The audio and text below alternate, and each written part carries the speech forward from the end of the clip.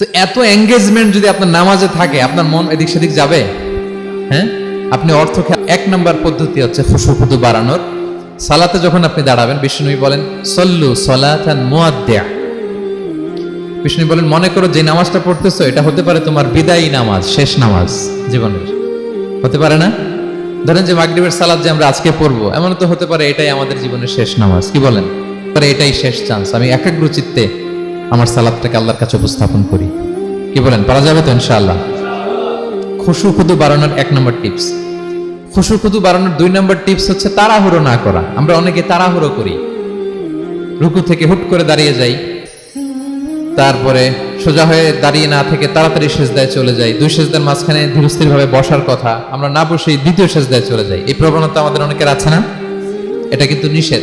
তা'দিলুল আরকান, বাকি সব মাযহাবে এটা ফরজ। আপনি তাড়াহুড়ো করলে আপনার নামাজই হবে না। আর আমাদের মাযহাবে, হানাফি মাযহাবে এটা ওয়াজিব। ওয়াজিব তরক করলে সাউ সিজদা দিতে হয়। দুই সেজদার মাঝখানে আপনি সুস্থির হয়ে বসবেন। অনেকে দেখা যায় একটা সেজদা দিয়ে মাথা কোনো রকম উঠিয়েই আরেক সেজদায় বসেও নাই ঠিক মতো আরামসে, এরকম আছে না? এটা যদি কেউ করে আমাদের মাযহাব অনুযায়ী তার সৌ সেজদা দিতে হবে। তাহলে এরকম তাড়াহুড়ো করা যাবে? আর এখন থেকে তো কি করবেন বলেন? ধীরস্থির ভাবে নামাজ পড়বো। No rushing, no rushing in salah, no hastiness in salah. নামাজে রাশ করা যাবে না, রিল্যাক্সের সাথে আমরা নামাজ পড়বো। তিন নাম্বার হচ্ছে জামাতে সালাত আদায় করতে হবে, তাহলে আপনার একাগ্রতা বাড়বে। সলাতুল জামাআতি তাফদুলু সলাতাল ফাযি বি27 দারাজা। একাকী নামাজ পড়লে যে সওয়াব, জামাতে পড়লে 27 গুণ বেশি সওয়াব। জামাতে পড়বেন। রাসূল সাল্লাল্লাহু আলাইহি ওয়াসাল্লাম সবসময় জামাতে সালাত পড়তেন। সালাতে কি কি বলতেছেন এগুলোর অর্থ বুঝে যদি সালাত অফার করেন, তাইলে আপনার সালাতে মনোযোগ থাকবে।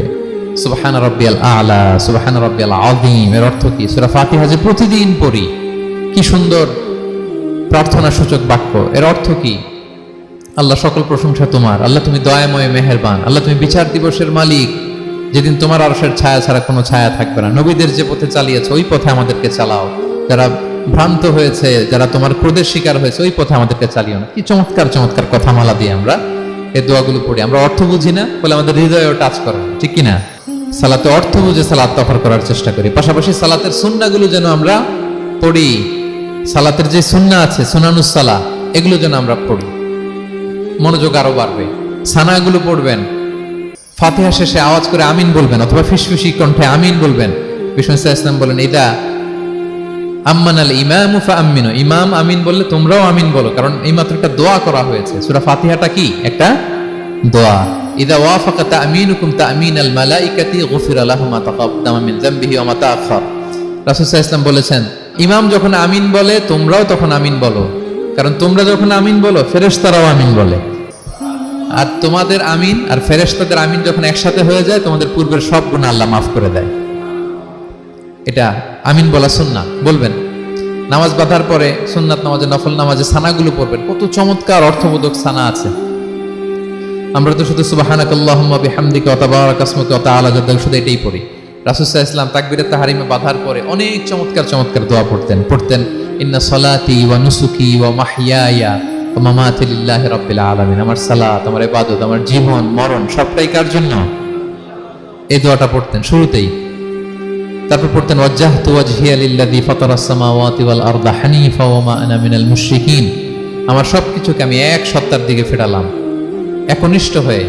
আর আমি মুশরিক নই, আমি আল্লাহর দিকে একনিষ্ঠ হলাম। এই দোয়াগুলো পড়তেন।